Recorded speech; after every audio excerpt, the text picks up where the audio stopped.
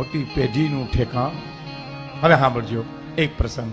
દોલતનો અભિમાન જગતમાં મિથ્યા જે કરે અને કહેજો કે રૂસવાથી મુલાકાત કરે. પાજો દરબાર રૂસવા સાહેબ બાપુ ધરતા મિનારામાં લખે છે, પાજો દેશ આઝાદ થઈ ગયો, મારા હાથમાંથી છૂટી ગયું. માંગરોળમાં નૂર મંજિલ નામના મકાનમાં એ રહેતા હતા. એક સમય દિયાથવાનો સમય, ધીરે ધીરે અંધારું ધરતી ઉપર ઉતરતું હતું. એવી વખતે મારા ગામનો પાજોદનો એક કાનો મેતર વાલ્મીકી સમાજનો જણ ધાબળો ઓઢીને આવ્યો મારી પાસે. ડેલીએ બેહીને હાથ પાડ્યો, બાપુ રામ રામ. હું અને બેગમ બેઠા હતા. બનેલી હકીકત છે આ માંગરોળ. તેના પાત્રો આજે હયાત છે. ઓ આવ કાના. રામ રામ બાપુ. રામ રામ. કાનો કે નહીં? હા બાપુ કાનો, પાજોદ થી આવ્યો છે. ઓ વિશ્વાસ સાહેબ જડતા મિનારામાં લખે છે કે મને પાજોદ મારા હાથમાંથી છૂટી ગયું, પણ પાજોદની પ્રજા મને પ્રાણથી વધારે વાલી હતી. કાનો આવ્યો, પણ ધાબળો ઓઢેલો, શરીર નબળું થયેલું. એટલે મને એમ થયું કે કાનો કંઈક બીમાર છે. પૂછ્યું, કાના કઈ કામે આવ્યો છો બાપ? હા બાપુ કામે આવ્યો છું. હો, શું કામે આવ્યો છું? બાપુ મારી તબિયત બરાબર નથી. એ તો કાના દેખાય છે. શું તકલીફ છે?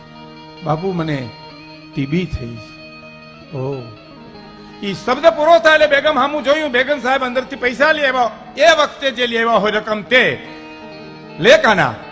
ના બાપુ પૈસા લેવા નથી આવ્યો, કામે આવ્યો છે. પૈસા નથી લેવા આવ્યો, કામે આવ્યો.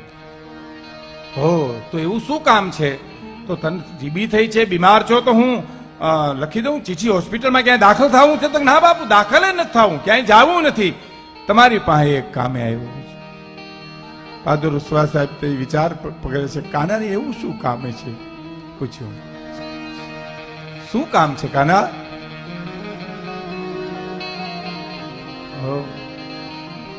બાબુ માફી માંગવા આવ્યો છે. આય હા, માફી?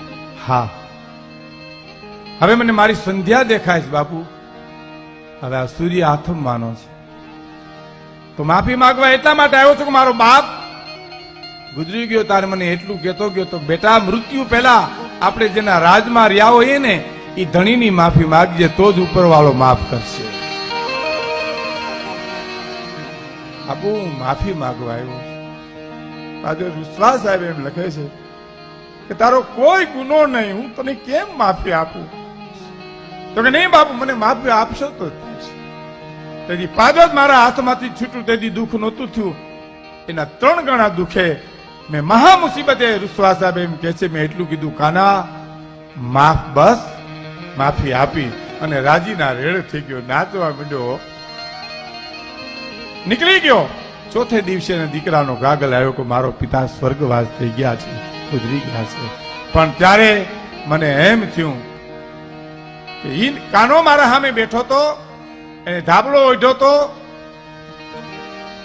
ત્યારે મને ચિત્ર રૂસવા સાહેબ કે યાદ આવતું હતું કે એના દીકરાના લગ્ન હું જયારે વાસમાં ગયો અને ખુરશી નાખીને બેઠો, તેથી ડોકમાં ઢોલ નાખીને ઢોલ વગાડતો હતો. એ દીકરાના લગ્નના આનંદ કરતા પાદો દરબાર મારે નેહળે આવ્યા છે, મારે ઝૂંપડે આવ્યા છે, મારે આંગણે આવ્યા છે. એનો આનંદની ઢોલની દાંડી વાગતી હતી. બાપ વાલ્મીક સમાજને